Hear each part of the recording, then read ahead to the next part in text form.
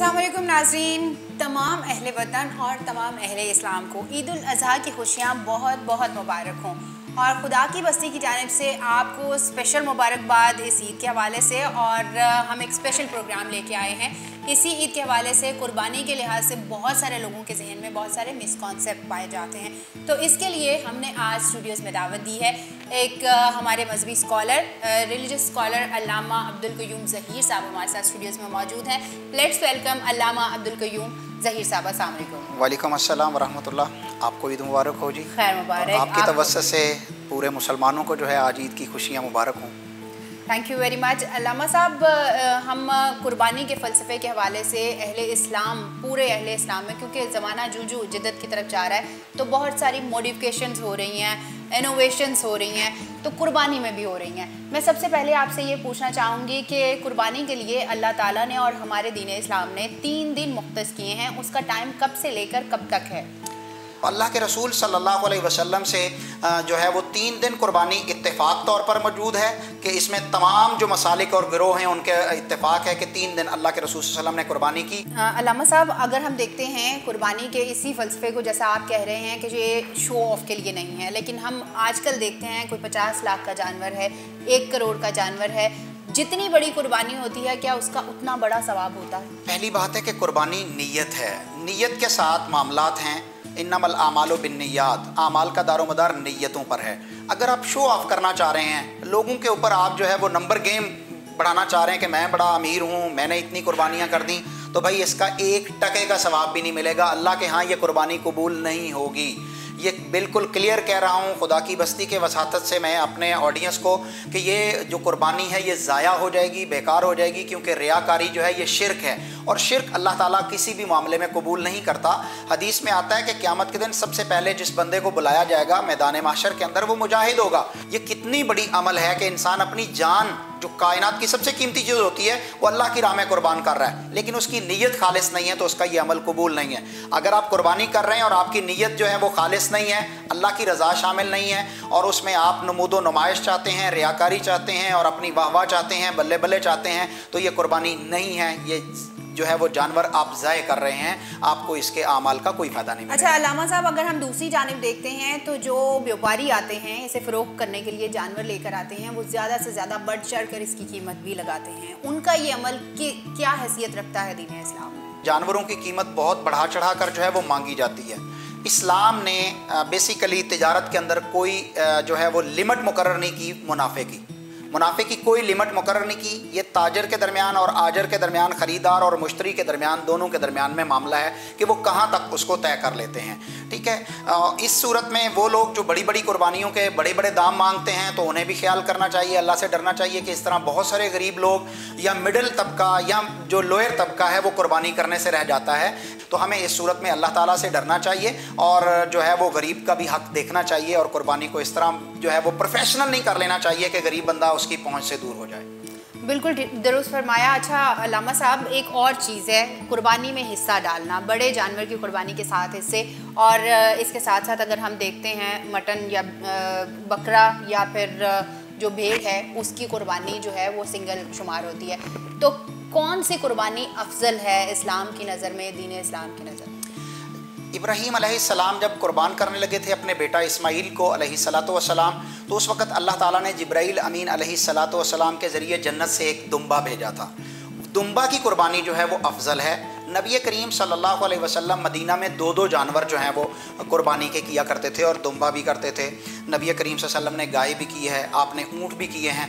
तो कुर्बानी के सारे जानवर जो हैं, कुरान मजीद में अल्लाह ताला ने सूरत अल-अनाम में 8 जानवरों का जिक्र किया है, उन्हीं के अंदर कुर्बानी होगी, और उनके अलावा कुर्बानी का कोई भी जानवर जो हलाल है उसकी कुर्बानी जायज़ नहीं होगी। लेकिन कुर्बानी जो है वो अफजल दुम्बे की है।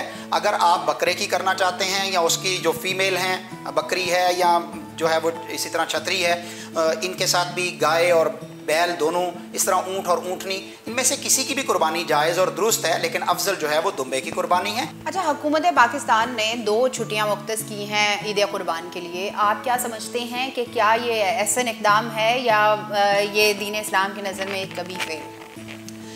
कुर्बानी जो है ये हमारा मजहबी शियार है, दीनी शियार है, और इसके हवाले से 3 दिन जो हैं वो इत्तेफाकी तौर पर मौजूद हैं। तो चाहिए तो ये था कि 3 दिन जो हैं वो कुर्बानी के छुट्टियाँ होती, लेकिन हुकूमत ने किया है तो हम इसको क्रिटिसाइज़ नहीं करते, क्योंकि हम पर इताअत करना भी लाजमी है। ये भी हमें कुरान और हदीस ने सिखाया है। एक चीज़ और क्लियर करते चले अल्लामा साहब, बहुत सारे लोग कर्ज लेकर कुर्बानी करते हैं, यानी वो इसकी इस्तात नहीं रखते, लेकिन बच्चों के मजबूर करने पर या ख़ानदान के सामने दिखावे के लिए कुर्बानी के लिए वो पाबंद होते हैं, तो उसकी क्या हैसियत है?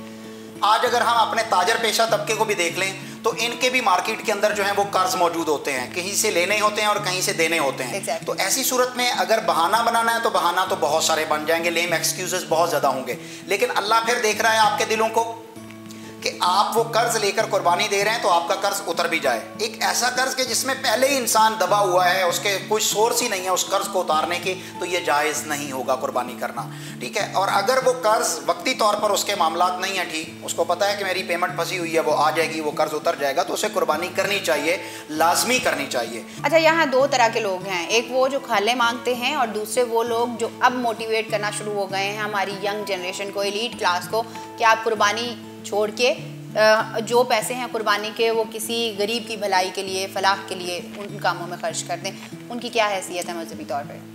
पहली बात यह है कि कुर्बानी की खाल जिस शख्स ने कुर्बानी की है वो अपनी ज़ात पे भी उसे सर्व कर सकता है, यानी उसका मसाला बना सकता है, ठीक है, उसका पानी का डोल बना सकता है, ये रसूलुल्लाह सल्लल्लाहु अलैहि वसल्लम से साबित है। अगर वो ये नहीं करना चाहता तो ये कुर्बानी की खाल किसी कसाई को नहीं दी जा सकती। जो कसाब आपने बुलाया है ज़िबा करने के लिए उसको उजरत में नहीं दी जाएगी, पैसे लेकर नहीं दी जाएगी, ठीक है। अगली बात यह है कि आपने उस खाल को किसी गरीब को, यतीम को, मिस्कीन को, बेवा को, या जो फ़ी सबीलिल्लाह मुजाहिद हैं उनको आप दे सकते हैं, ये जायज़ और दुरुस्त है।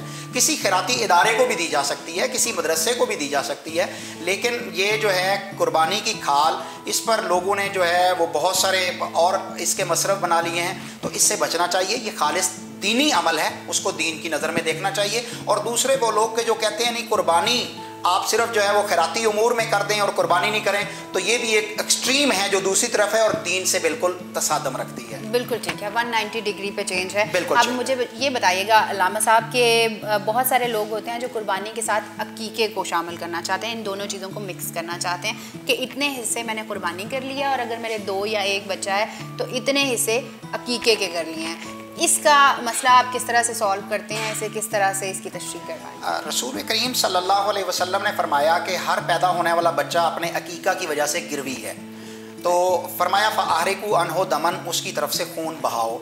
तो आपने फरमाया कि बेटे की तरफ से 2 खून होंगे, 2 जानें दी जाएंगी, और बेटी की तरफ से 1 जान दी जाएगी। तो जो कुर्बानी है इसमें 1 जान के अंदर 7 हिस्से या 10 हिस्से भी हो सकते हैं। तो जान 1 हुई, लिहाजा इसके अंदर अकीका नहीं हो सकता।